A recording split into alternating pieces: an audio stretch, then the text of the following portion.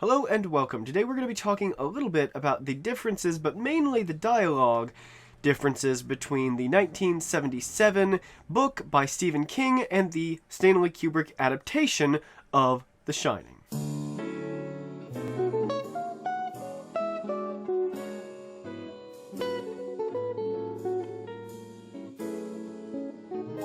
Now, I have heard several YouTube channels. I think I know which one it originated with, but I'm not going to say just because I do not do this channel to start drama, so I'm not going to deal with that.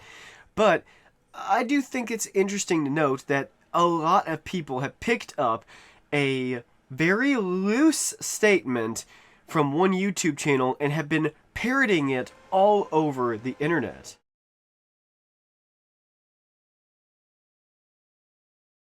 Now, I want to be entirely fair, at least as fair as I can be. These people, when they said that statement, might have originally meant the majority of the dialogue in the movie comes from the book. Now, that is also incorrect, but I can see how somebody who is not really counting up, and really thinking deeply about the dialogue while they're reading might get that impression. However, maybe they just stated it wrong. The bigger problem is a ton of people who have never read the book, The Shining, continuously parroting that idea throughout the internet until it becomes a commonly accepted fact, which it's not. It's wrong. Now, I've taken the initiative, and as I was reading The Shining recently, again, I wanted to go through, and every time I heard a line that I remembered from the movie, I would write it down. So, there are actually some lines that are not even dialogue in the book, they're from the narration, but were made into dialogue for the movie. I'm going to count those two and list them along with the rest of the dialogue, just for the sake of fairness, but I do want you to understand that the lines that I'm listing here, they're not even half of the lines from the movie, and not even half of the lines from the book. The book probably has 2 or 3 times more dialogue than I've listed here, and the movie has a ton of dialogue too. They probably equal out to about the same, but the idea that the dialogue matches more or less exactly from book to movie is entirely wrong. So that's really what I want to focus on. So I hope you don't mind if I just read this off of my phone, but that's where I have everything listed. For the sake of fairness, I will say I didn't catch any lines in part 1 that matched up exactly to, or even were paraphrasings of lines from the movie. Part 2, near the beginning, Wendy is worrying because of the Donner Party, who they had been snowbound somewhere further west towards the Sierras, and they had resorted to cannibalism. A lot of that is there in the narration, talking about Wendy's thoughts. However, it is not word for word. It's not even close. It's so big, I think I'll have to leave a trail of breadcrumbs every time I come in. That's an exact quote. Are you a Wendy or a Freddy? That's Halloran, and he says that in the book too. It's big, but it's still only a kitchen, and most of this stuff you'll never have to touch. That's another almost exact line from the film. Do you like lamb, Doc? Here's a conversation that goes almost exactly in both book and movie the same. How did you know we call him Doc? Pardon? Sometimes we call him Doc, like in the Bugs Bunny cartoons. There are a lot more paraphrasings than there are exact lines. For instance, we would sit in the kitchen and have conversations without opening our mouths. Now, Halloran says this slightly differently in the film. There is also, and I'm going to be pointing this out as we go through, but there is a lot of things in the book's narration that I feel like might have given Kubrick the idea, the inspiration for something that he would do later. So, for instance, in chapter 30, he says he would not take the elevator. It was too much like an open mouth, too much by half. He took the stairs. Now, that could very well have been used for the cross-cutting symbolism of the elevator pouring blood and Danny's screaming face in the movie. Here's another line that I think probably gave Kubrick some inspiration, and it's pretty close by that other line, from college-educated man to wailing ape in 5 seconds. Now, I think that might have been the thing that made Kubrick say, you know what, at the end of the film, Jack Nicholson, as he's going around screaming, Danny, eventually should just devolve into wailing screams. I think that probably also touched a chord with Kubrick, because his previous film, 2001, was all about how apes became men, and this film is how a civilized man becomes a screaming ape. You would never hurt mommy or me, would you, Daddy? That's pretty close to the way the line appears in the film. In fact, I think it might be exact. However, it's in a different location, and it's near the beginning of the book. It's not in a tense scene between father and son in the bedroom. In fact, the majority of that conversation from the film never happened in the book. There had always been an American jet set, even before the jets was invented.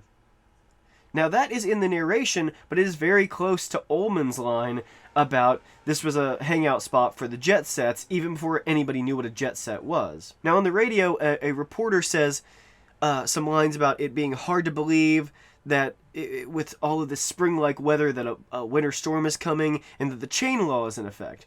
Now all of that is pretty dang close to the lines that we hear on the TV when Shelley Duvall is fixing fruit cocktail. Now, in the film, there is a hedge maze. In the book, there is no hedge maze. The hedges are cut in the shape of animal topiaries, and they come to life and start attacking the family. Toward the end, they're attacking Dick Halloran as he returns, and that's probably the most memorable scene with the hedge topiaries. However, I did find the ending with the topiaries to be very cheesy, and I think that in terms of adaptation, changing the topiaries to something a little more inanimate, like a maze that is in itself just intimidating to look at, I think that was probably the best choice in terms of adapting this, because in the beginning, when Jack is seeing them move out of the corner of his eye, that's pretty scary, but the hedge animals just coming to life and, like, attacking people, it's really not that scary, because, you know, unless a tree is falling on you, and in the case of a bush, it's going to be even less threatening because there's not really a big trunk in bushes. The trunk is pretty low to the ground.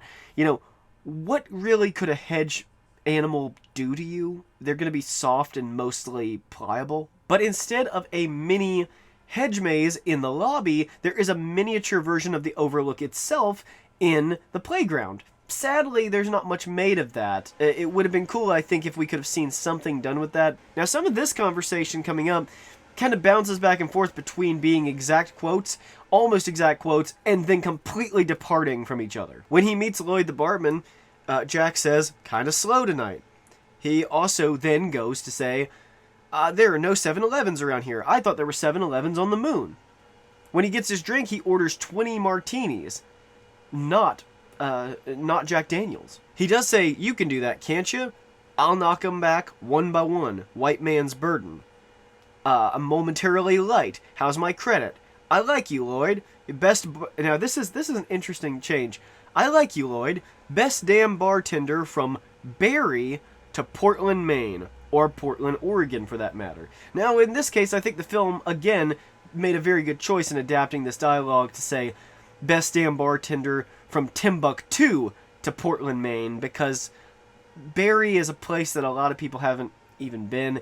And, yeah, you can say I'm mispronouncing it. I don't care. The guy on the audiobook says Barry. That's how I pronounce it. He then has a whole conversation with Lloyd about being on the wagon and about the wagon itself. And he describes it in these grand literary terms. It's a whole monologue, and there is nothing like that in the film. It's also really clear that Lloyd is imaginary.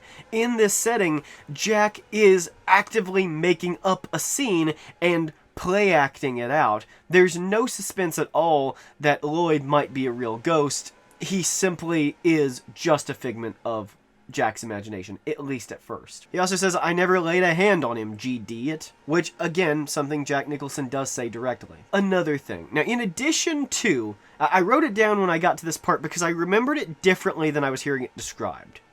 Whenever people were having the conversation about Jack in the photo at the end, a lot of people were saying the same thing, and it also comes from that same video where they say the thing about most of the dialogue being the same. They say that in the book, Jack sees a picture, and when he saw it, he knew that he would be damned, that he would be in hell with the sinners.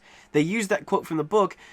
However, the context is nothing remotely like a lot of people make out. A lot of folks say, "Oh, that means, it was an abstract. We don't know what the picture was, But because of that description, we can tell it must have been something. So maybe Kubrick's interpretation was that it was a photo of the reincarnated Jack from the past. Jack is remembering a time in catechism class when he was a kid in Catholic school, and they brought out an optical illusion of the face of Christ. I put it right here. I think this is the one he's talking about. He talks about seeing the wedges and the inarticulate shapes, and one by one his classmates around him were like, ah, yes, I see it, it's Jesus. Eventually the nun asked him, Jack, do you see it? And he pretended that he could see the face of Christ, but he actually couldn't, and he did it to make the nun happy. But then after everybody left, he stayed behind and he kept looking at it until he caught the face out of the corner of his eye, and when he turned to look, he could see the face of Jesus. Then, because when he was trying to see the face of Christ and couldn't see it, he cursed. He cursed, and of course, being a kid, he realizes after he's seen the face of Christ, he goes, oh, I cursed in front of the face of Jesus. Now I'll be damned. I'll be in hell with the sinners. So he's talking about his thought process as a child, not something he's seen in the news clippings or the scrapbook that were left in the basement for him. I really, again, find it remarkable how many people who have not read the book just parrot this around because they saw a YouTuber say it once and they never bother to read the book or double check. And it really does show we as YouTubers, we have a responsibility to do our due diligence, not just accept things that other people have told us. Now, I'm as guilty as that as everybody else. I have said a few things in my commentaries that I realized later were Hollywood rumors and stuff. I haven't seen anybody really call me out on any of them, but I have realized, and I've always thought, if I ever go back to that movie, I'll point out that I made a mistake. The line, not by the hair on my chinny chin chin, is said, but it's said by the guy in the dog costume. Now, this line at first might not seem familiar to you, but just stick with it to the end. If you can't save me, then at least come play with me. Forever and forever and forever. Lloyd's second conversation with Jack, Jack says, I've been away, but now I'm back. It's good to be back. He also says, Lloyd says, what'll it be? But Jack again orders a martini. No charge to you, Mr. Torrance. Your money's no good here. Orders from the manager, not orders from the house. Lloyd says the manager wants to see to Danny himself and deal with Danny himself. And Jack still has enough of himself to be like, no, hold on. Danny's not mixed up in all this. This is about me. So he's a little slow on the uptick. It isn't a matter that concerns you, not yet. That line is exact from the book. And in the book, Jack has to be convinced to drink. He doesn't just take the drink. He also does say, again, you were always the best of them, Lloyd. In his conversation with Grady, Jack says, weren't you the caretaker here? I don't have any recollection of that. And even his explanation about his wife and his kids are very different. In the movie, he just says they're somewhere, but in the book, he says the kids are asleep. He does say, you've always been the caretaker, sir. I should know I've always been here.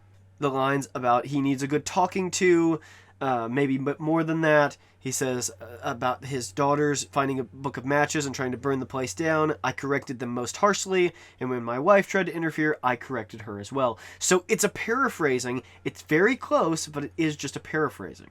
Now, Grady does say the line about the N-word cook, referring to Halloran being black, but Jack does not repeat it back to him like he does in the movie.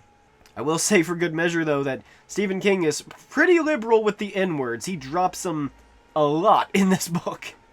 And I'll also just say, beyond that, the conversation between Jack and Grady is a completely different conversation. And that's because in the book there's a big emphasis that Jack could be promoted to become the manager. It's a lie, of course, but that's what Jack is being tempted with. The opportunity to restore himself and get back the things that he lost from all of the missed opportunities that he had taken advantage of in the past. And Wendy and him, really, this is their last chance. If he goes back to Boulder, he's going to be shoveling driveways or working a car wash. Again, it's a paraphrasing, but it does make it into the film. There are also some real subtleties to the movie, like Jack wearing a t-shirt that says Stovington High on it, which is a reference to the high school that Jack was teaching at when he assaulted another student. It also shows how little things, like everybody points out the color of the Volkswagen Beetle is changed. However, there's some other little things that are changed, like Jack acknowledging that there's no mirror behind the bar and being thankful for it, whereas in Kubrick's version, there is a mirror behind the bar. Jack also asks Wendy, "Did you ever think about my responsibility?" But the rest of the dialogue is different, and it, again, is in a different type of scene than the one it appears in the movie. The lines, "What are you doing? Open this door or I'll bash your effing brains in. Let me out and I'll forget it." All of these things are paraphrasings. During the conversation through the pantry door with Jack, Grady says, "I wonder, I and others have come to wonder if your heart is really in this, or that you haven't got the belly for it." A lot of those lines are pretty much exact. Again, slightly paraphrased. He does say, "You'll bring us your son. She certainly seems to have gotten the better of you. Perhaps we should have been dealing with her." That's a good one. I would have liked to have seen that one in there. As if to say, she's actually so much better. You know what? Maybe we should have gotten her to be the manager. It's a pretty good insult. "You give your word," and Jack says, my word, my vow, my sacred promise, whatever you ask." Again, later on, he does say, "I'll bash your brains in. Bash 'em right the F in." Exact quote. And actually one of my favorite lines from the movie. And of course the line, "Great party, isn't it?" Now there's also a ton of differences besides the dialogue. I'll just name a couple. The Overlook blows up at the end because Jack hasn't dumped the boiler. That ending is retained in the miniseries. But the miniseries, which a lot of people think is a direct one-to-one with the book, it's not. There are some things in that the movie gets right and the miniseries gets terribly wrong. So for instance, Danny just tells his mom and dad that he's psychic, and they all know about it. In the Kubrick film, that's done considerably better, where the family doesn't know about Danny's psychic powers. But they're both wrong in that in the book, the family does learn about it, but they don't learn about it until much later. At the end, Halloran comes to save them, and he survives the attack from Jack, who is using a roque mallet, not the same thing as a croquet mallet. A lot of people get confused about that, but it's not. It's a roque mallet. Halloran actually ends up saving Wendy and Danny by carrying the terribly, terribly abused Wendy out of the hotel just in time as the hotel explodes. The book makes it absolutely clear that Danny, Halloran, and Wendy all get out alive. There's even a brief epilogue. And right before the end, Jack regains himself just enough to tell Danny that he loves him and tell him to run away. But Danny stays to tell the demon creature that is now inhabiting Jack that his daddy forgot to dump the boiler and the whole place was about to go up in flames, and that's exactly what happens. There's also a really interesting bit near the end where right before they leave, Halloran stops at the outdoor storage unit area to get some of the horse blankets so that Danny and Wendy don't freeze on the journey back. And when he goes in, he immediately starts hearing everything that's happening and thinking about everything that's happening in this really racist way. So when Danny goes, "Dick, are you okay? Are you in there? Are you all right? Come out." He hears it and goes, "Oh yeah, come out, you house N-word. Your master's calling you." And he gets one of the roque mallets and almost goes out to kill them. And he's like, you know, it's all for the best. They need to die anyway because they're going to die out in the storm. This will be better for them. Halloran just barely holds himself back and is like, "No, wait a minute, I'm not doing this." And he grabs the blankets and he immediately leaves. So there's a lot of little differences, but I really wanted to focus in on that dialogue because, again, there is just a big misconception that most of the dialogue in the film is the same. And again, it mostly comes from just one YouTuber. And I want to just kind of give that to you as a little bit of information that may help you going forward. If you haven't read the book, if you never read the book, at least you're aware. I haven't done a video quite like this since I did that video about what Laurie Strode says at the end of Halloween. And if you want to check that one out, you can. I'm not plugging myself, but I'm just saying little things like this. The reason I make those videos is because I feel like our job when we do these sort of videos is to inform you and make you smarter, to make you better for having watched them, and not make you look foolish when you go out and talk to somebody who read the book and will immediately call you out. There's a ton of conversations that did not feature anywhere in the film. Ullman and Jack have several conversations. There's a whole character named Al who is completely cut out of the film altogether. Tons and tons and tons of conversations get had in the book that do not feature in the movie at all. But there's also several conversations in the film which are basically completely different conversations to the ones they're based on. So that's all. I hope this video helped you in some way to come to a little bit better understanding of The Shining as a property, both the miniseries, the book, and the film. Thank you everybody for watching, and I will see you in the next one.